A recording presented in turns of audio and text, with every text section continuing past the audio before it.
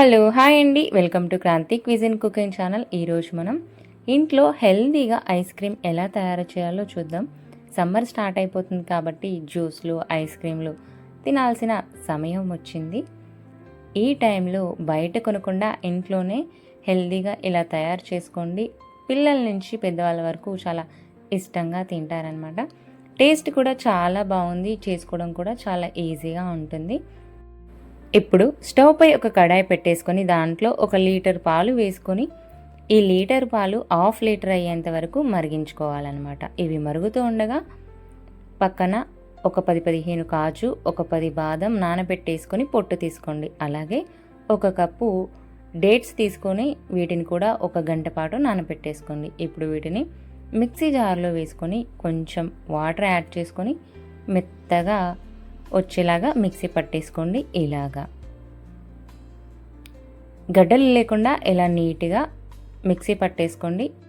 మీగడ తీయకుండా ఇలా సైడ్లన్నీ నీట్గా అనుకుంటూ పాలు అనేవి చక్కగా మరిగించుకున్న తర్వాత ఈ స్టేజ్లో 1/2 టీ స్పూన్ ఇలాచీ పౌడర్, అలాగే కుంకుమ పువ్వు వేడి పాలలో నానబెట్టి వేసుకోండి. ఇప్పుడు మనం మిక్సీ పట్టేసుకున్న పేస్ట్ కూడా వేసుకొని చక్కగా మిక్స్ చేసుకోండి. ఇలా మిక్స్ చేసుకున్న తర్వాత కొంచెం కొంచెంగా దగ్గర పడేంత వరకు ఉడికించుకోండి. గ్యాస్ అనేది పూర్తిగా సన్న సెగపై పెట్టేసుకోండి, లేకపోతే అడుగంటుతుంది. ఇలా థిక్నెస్ వచ్చేంత వరకు ఉడికించుకున్న తర్వాత స్టవ్ ఆఫ్ చేసుకోండి. స్టవ్ ఆఫ్ చేసుకుని చల్లారేంత వరకు ఇంకాస్త దగ్గర పడుతుందన్నమాట. ఇప్పుడు ఇలా దగ్గర పడిన తర్వాత మిక్సీ జార్లో వేసుకొని ఒకసారి మెత్తగా మిక్సీ పట్టేసుకోండి. ఇలా మిక్సీ పట్టుకున్న తర్వాత ఒక బౌల్లో వేసుకొని పైనుంచి కాస్త సన్నగా కట్ చేసి పెట్టుకున్న పిస్తా వేసుకోండి. పైనుంచి ఇలా చూపిస్తున్నట్లుగా కవర్ చేసుకొని ఒక 6 గంటల పాటు డీప్ ఫ్రిడ్జ్లో పెట్టి తీసుకుంటే చల్లగా హెల్దీగా ఐస్ క్రీమ్ రెడీ అయిపోయిందండి.